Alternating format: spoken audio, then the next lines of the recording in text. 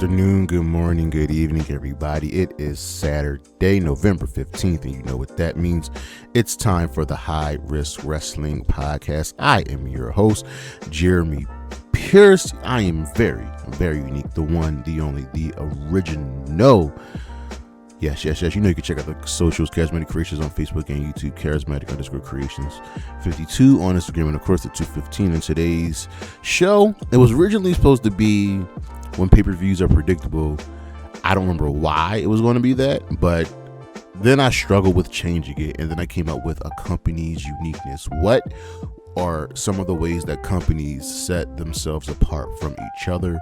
And we're going to talk about that today with the major American companies.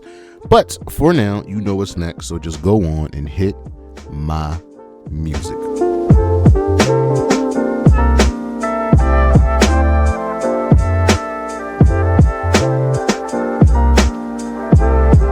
Now, this list is different from what the topic is. We usually try to stay on topic for the list, but I couldn't spoil anything, so that's going to be in the later show. So this is the current best mid-card champions, and we start with number 5, Steve Macklin. He's the current TNA International Champion, a 2-time International Champion, and right now has solidified himself as the man holding that belt. It's kind of like the Dynamite Diamond Ring is associated with MJF, or if you say, who's the greatest European champion of all time, everybody's going to say D'Lo Brown. So even though in its young infancy, the international champions have had maybe 2 or 3 champions holders, Steve Macklin is the guy that's been really pushing that championship ahead. Number 4, Ethan Page, the current NXT Men's North American Champion. I totally was going to skip Ethan Page. Then I have to go back and look at his reign. His reign is currently at 171 days and counting after I believe he defeated Ricky Saints, and he has christened himself the truest North American champions. He's even made it look like the belt made it look like Canada, because Canada is part of North America, and he holds it well. He carries it with pride, and since affiliating himself with fellow Canadian Chelsea Green, he has really upped the ante for that championship. Number 3, Kyle Fletcher, the AEW TNT champion. Yes, Kyle Fletcher is continuing the tradition of the open challenge per se for the TNT championship, and every single match has just been a banger after banger after banger.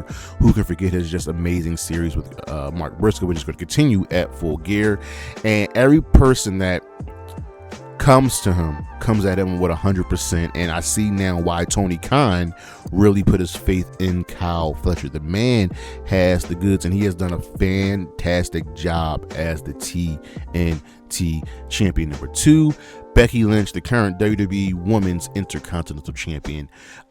Needless to say, the Women's IC title has done much, much better than the Women's United States Championship. And even though the title has only had 2 people holding it, Lyra Valkyria and Becky Lynch, Becky has upped the ante because, one, it's Becky Lynch, so anything she does is just big.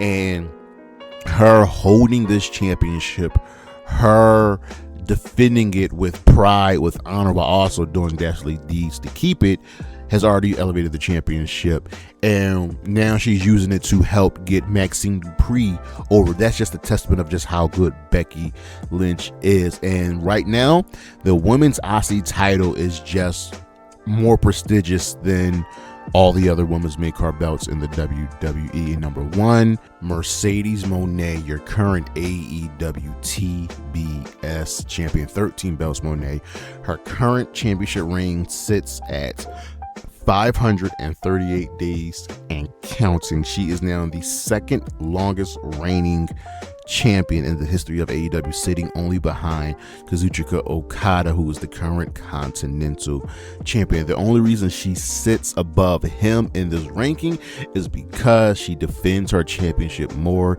she wrestles more. It is that simple. Whoever defeats her will be a made woman, and she is just killing it inside the ring, outside the ring, and she would do whatever it takes to hold on to that championship. She has pretty much elevated this belt to probably second or third in the entire company. Mercedes Moné is a cut above, and here we see why. We'll be right back.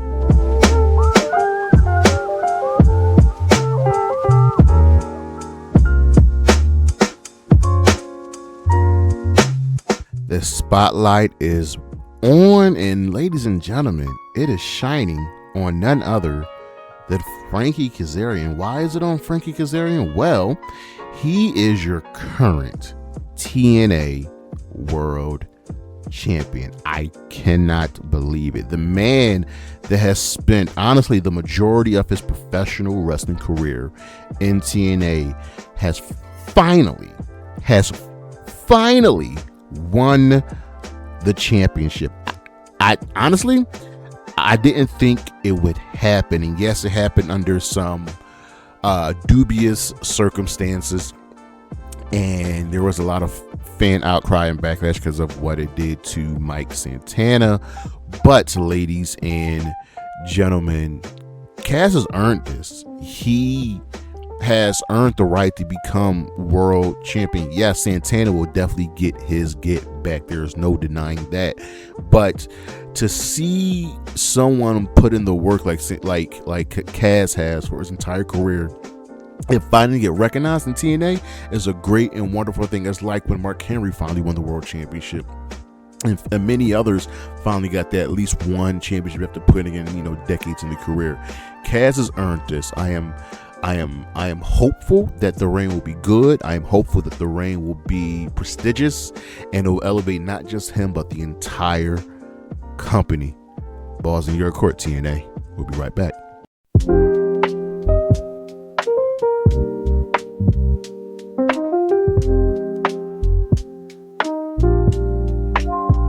Ladies and gentlemen, we have a plethora of wrestling companies out there. You know what I mean? And over time, it seems like things can get jumbled up and there's nothing unique. There's nothing original. And they have to do something to set themselves apart. You know what I mean? Like ECW was the extreme hardcore promotion. They were different from the WWF and WCW. You have DDT over in Japan, which is like the fun, clown, happy, jokey company. So what do these companies do? What can they do, right? First things first, you have to be unique. You have to have a mission statement in why we as fans need to watch you, support you. You know what I mean? And it starts with, building your roster, and building outward with your booking, with your ring, with your arena setup, with your presentation. Look no further than Lucha Underground, which wasn't really a wrestling company, but it was a quote unquote TV show, a wrestling TV show. And it was different, right?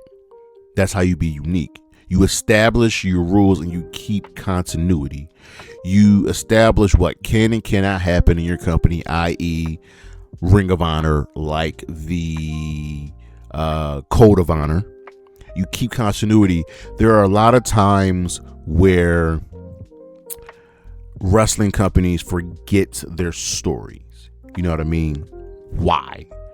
There is history, but all the time. And I love that, we're starting to get back into honoring the story. People want to front on it, but this past week on SmackDown, Charlotte was like, well, I got too much history with Rhea. I don't trust her. She's probably thinking the same thing, which is all well and good. So once you do that, you can then officially do your thing, right? Put out your product. And let's look at some of the companies today, right? How they separate themselves. What have they still done? And a lot of times it's done through matches. Every company usually has at least one signature match that they have. Now, every company will take a match that they all use and have variations of it, like the steel cage match. The steel cage match in WWE, you can win by pinfall, submission, or escape the cage. In AEW, you can only win by pinfall or submission. There is no escape the cage. I want to say coffin match is different in both companies. So, and you have variations of the battle royals that they do. So let's start with TNA. And when TNA first came up on Fox Sports, the very first thing that you noticed was they had a 6-sided ring. It was different. It was so out of the blue. Like, whoa, this is different. They had a 6-sided ring, and they had the 6-sided ring for, I want to say, up until 5 or 6 years ago. I think they got rid of it during the pandemic, the 6-sided ring, but it sparked a growth in them. It showed that, okay, here's how we're going to separate ourselves from WWF, from WCW, from WCW. We have the 6-sided ring. And it worked for the longest of times. It's worked.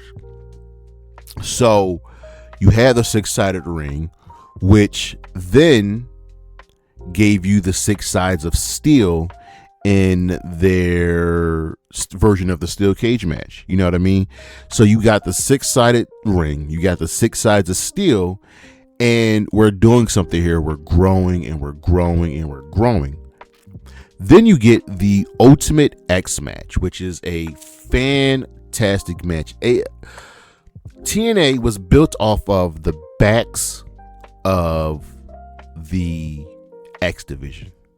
It will always be built off the backs of the X division. The X division was essentially TNA's cruiserweight division, and the Ultimate X match, ladies and gentlemen, was simple. The titular championship, the X Division championship, right, was hung above the ring. And to get to that ring, right, to get to the X, you had to climb across this X. You had to climb across this X that hung the X, and it gave us many glorious moments. The Ultimate X match might be TNA's signature match, and it's now been featuring the men. It's featured the women. And then you have the King of the Mountain match. Now, the King of the Mountain match is unique to TNA. They've had a bunch of them. They haven't had one for the men since 2016, but they had one for the women in 2022. So what is the King of the Mountain match? All right. So you start out, it's like a reverse ladder match. You start outside the ring, and you cannot win the match, you're ineligible. In order to be eligible to win the match, you have to score a pinfall or a submission. Now you can go climb the ladder and hang the championship or retrieve it. Sometimes you hang it, sometimes you take it down. Whoever gets pinned or submitted then goes into a penalty box for 2 minutes, and more than one person can be in the penalty box. Now that, ladies and gentlemen, that's unique. That is different, and I wish they brought back. I wish they brought back the King of the Mountain match and just really, really leaned into it. And then you have, which is probably their other signature match, the Monsters Ball match. So the Monsters Ball match is TNA's version of pretty much hardcore match. But the thing is, the competitors are storyline, sequestered alone in a locked room without light, food, or water for 24 hours to induce extreme feelings of aggression in the competitors. Once released, the wrestlers fight. No DQ match. Weapons are encouraged. Pinfall or submission. Done. And that's it. And it's given us some crazy moments. And here's the thing. It is Abyss's match. Abyss has been in 48 Monsters Ball matches. He's only won 19. He has a less than 45% win percentage. Jeff Hardy's been in 11. He's won 9. So even though you may have a signature match, you may not win it. So TNA went out of their way with these matches right here to set themselves apart. Then we move over to NXT. And NXT, well, they were hamstrung because they're the development of the WWE. So they have to have their way of becoming different, becoming unique. And the thing they took from the main roster that they made their own was NXT Underground. So NXT Underground is essentially a match, right? You're in a ring in a basement. It's kind of like a fight. And it started during the pandemic on Raw. Inspired by Flight Club. It's a work shoot. So there are no ropes. There's a black canvas, and the only way to win is by knockout, submission, or the ref's discretion. And it's been solid for them. They've slowly started giving the match to Lola Vice. She is 3-0 in she's 3-0 in underground matches. And it works. This is kind of unique to them, but the one that's more unique to them is the Iron Survivor Challenge. So the Iron Survivor Challenge is kind of like it's kind of like the King of the Mountain match, kind of. So the match lasts 25 minutes, so we have time limits on the matches. 2 wrestlers starts, then there's a timer. Every 5 minutes, someone else comes out. So now you have the Royal Rumble element, right? When a wrestler scores a pinfall, submission, or get DQ, they gain a point.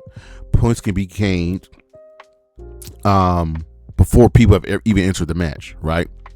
Someone who's pinned, submitted, or DQ goes into a penalty box for 90 seconds.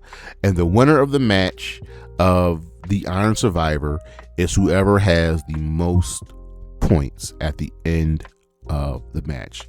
So when the Iron Survivor Challenge was first introduced, it's like playing a new game. It seems confusing at first, but once you start seeing it in action, once you start playing, it's like, oh, okay. And lastly, it's the Fight Pit. The Fight Pit's another match that started in NXT. It's another work shoot kind of match, and it's essentially a steel cage match with scaffolding at the top, and there are no ropes, and it's just a fight. You just go in there and you beat the holy hell out of each other. And it's suitable for wrestlers that like to fight, that are more more in tune with their brawling style. So you have that. Then you have Ring of Honor, ladies and gentlemen, possibly the greatest independent promotion of all time. And the first thing that started with Ring of Honor was the Code of Honor. The Code of Honor was a set of rules dictating how wrestlers should conduct themselves during matches. This goes back to the days of the old school Japanese professional wrestling. So there were the original 5 laws of Ring of Honor. The Code of Honor. You shake hands before and after every match. No outside interference, no sneak attacks, no harming the officials, and any action resulting in DQ violates the Code of Honor. And this was a great way to get heels over, because what if a heel doesn't, shake hands? They use outside interference. Bryan Danielson used this beautifully. It was different. And now today we have it revamped. Shake hands between before and after every match. If you respect your opponent, keep the playing field level, respect the officials. So there you have the Code of Honor. Then Ring of Honor gave us Proving Ground matches. A Proving Ground match is very, very simple. You face a champion, right? And the match ends one of two ways. You either defeat the champion or you last 10 minutes. And if you win that match or you last the minutes, you get a title match.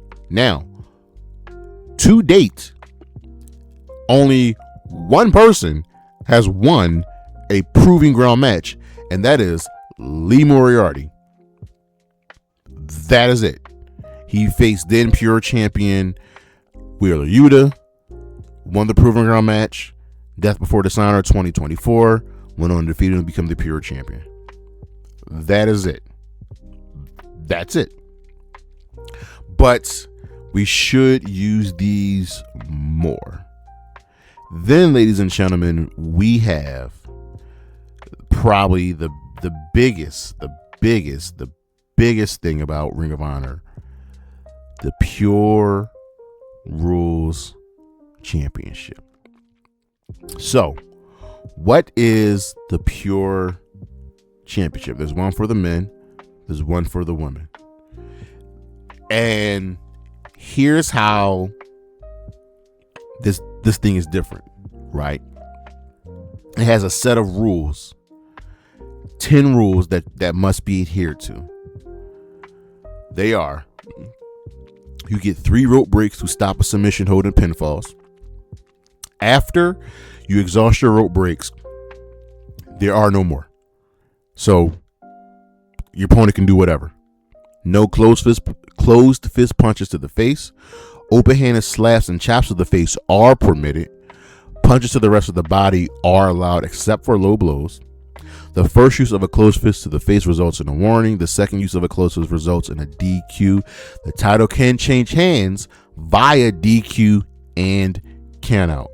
Outside interference will result in an automatic termination from the roster for whoever interferes on their behalf. And if the title match reaches a time limit without a winner, then the winner is decided by a panel of 3 judges. Now, again, that's a lot to take in, but all you need to remember is no closed fists, 3 rope breaks, open-handed slaps, no cheating. And this has been a mainstay of Ring of Honor close to its inception. And it what it does is it allows you to work. It allows a wrestler to really show their skill.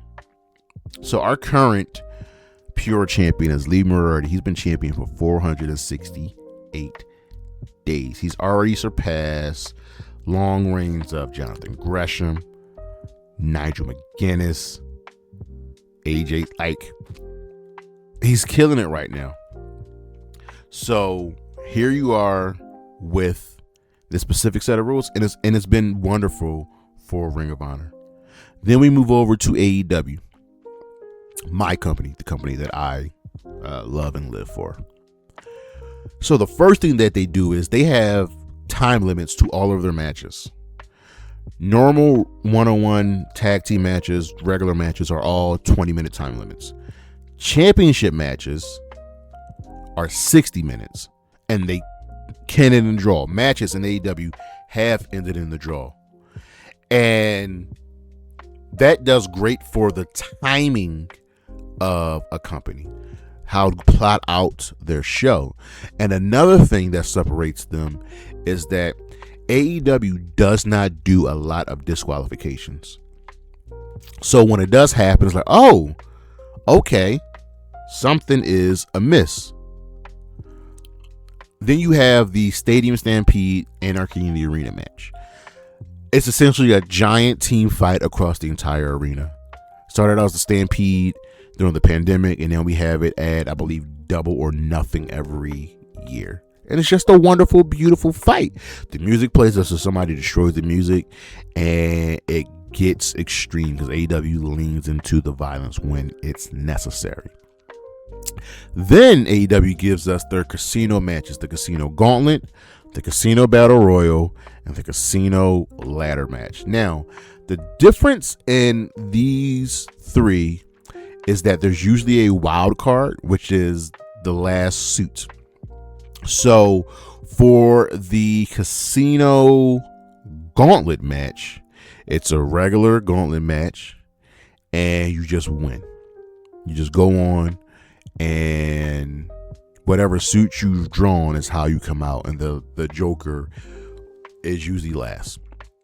For the Casino Battle Royal, this one is different. Casino Battle Royals can only end by pinfall or submission, so it's a Battle Royal, but you start out with a grouping of people. So the whoever the clubs are, the 4 clubs come out, then the 4 spades come out, and the Casino Battle Royal in conjunction with Casino Ladder match, so about that too, those matches can end before the final participant arrives.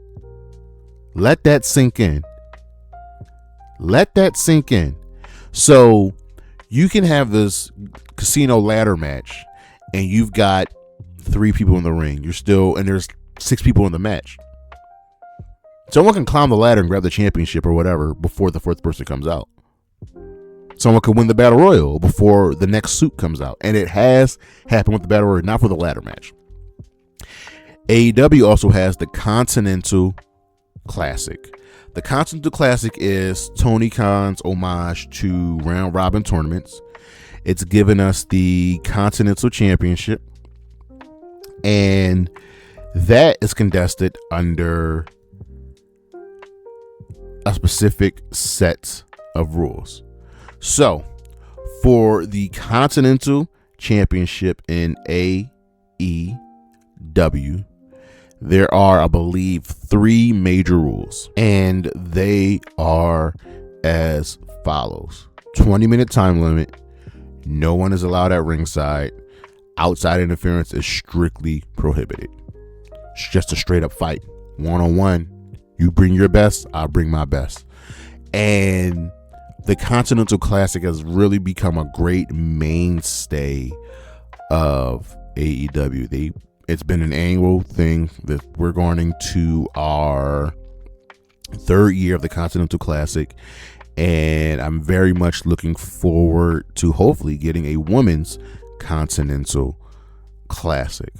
And then lastly, AEW gives us the Royal Rampage. Now, the Royal Rampage, we haven't had one this year since Rampage is gone, but it's essentially when they do their Blood and Guts match. Usually on Rampage, they will have a Battle Royal, and it's essential you use both rings, and when it comes down to 2 people, have a regular one-on-one match, and there's your Royal Rampage. It's just a fun way to use the 2 rings that hopefully they bring it back. And then lastly, how could I ever forget you, WWE? The first things first, we know what their biggest match is. It's the Royal Rumble. It's the Royal Rumble. It's a timed battle royale. It's their greatest match. It is their greatest match. The whole event is built around it. Yes, we have the Hell in a Cell match, the Elimination Chamber match, which is also very unique to the WWE, the Elimination Chamber, which is kind of like a version of their Royal Rumble. But the Royal Rumble, we know what it is. I don't really need to explain it. It's been around for 30 years. But the Elimination Chamber used to be a great match. It used to be an awesome, awesome match. But then they toned it down because, violence isn't really liked in the WWE. Devil's favorite structure. I can't say Hell in a Cell because other companies have done their version of the closed steel cage match. So, no. Hell in a Cell is not unique to the WWE. Like AEW does with their steel cage matches, they're allowed to be. There's a little more leeway on the outside for the steel cage match. Then you have one of my favorite matches, which I wish they would bring back, the Championship Scramble. The Championship Scramble match is this. It's a time limit match with the championship on the line. And after the match is over, whoever has the final pinfall wins. You can get pinfalls and submissions during the match, making yourself the champion. So let's say we have, let me think. CM Punk, John Cena, Triple H, Randy Orton, Batista. John Cena goes into the match as WWE champion, right? Punk pins him. Now Punk's the champion, but the match isn't over. Randy pins Punk. Randy's the champion. Triple H pins Randy. Triple H is the champion. And you keep going back and forth until when that time limit is up, whoever has that final pinfall submission is the champion. I love the Championship Scramble match. I wish they were bringing back, and let nobody tell you differently, the greatest Championship Scramble champion of all time is the Brian Kendrick. And lastly, ladies and gentlemen, the WWE has taken the ladder match and made it twofold. First, you have the tables, ladders, and chairs match, which is simple. It's tables, ladders, and chairs. Usually there's a championship on the line. Usually it's a tag team match. And it's just carnage. It's an amazing, amazing match, and it's much better with tag teams. Even though we've had some good one-on-one TLC matches, it's still better with tag teams. And then we got the Money in the Bank ladder match, which was like another WWE mainstay match. It's a ladder match where you climb the ladder and grab the briefcase. In that briefcase is a championship match of your choosing, any place, anytime, anywhere. And it can be used to establish somebody. It can be used to grow someone. Who knows? But it's become a mainstay of the WWE so much that their big four has now become a big five. That's what we get with the Money in the Bank ladder match. So these companies find ways to stand out. Other ways you can do it is how you present your roster. AEW used to do a ranking system. They don't do it anymore, but it was different. You know what I mean? WWE does the draft because they have such a large roster between Raw, SmackDown, and NXT. They've got to draft people and trade people. So you always have to find a way to stand out. And these companies today have done really, really good jobs at doing that. Whether it's from the matches or the presentation or your stories or the wrestlers that you hire or the wrestling style. WWE has a very specific style of how they do their show, whereas AEW has a completely different style of professional wrestling. It's great. We should have more of that. We should lean more into that. But that is our show, ladies and gentlemen. Thank you for listening. Thank you for watching. Check out the socials, Charismatic Creations on Facebook and YouTube, Charismatic_Creations52 on Instagram, and of course, the 215 on Twitter. Look on the screen what we got coming up. And as always, Anna J. Willinatica, Chris Statlander, Isla Dawn, Priscilla Kelly, and Bailey. Holla at your boy. Peace.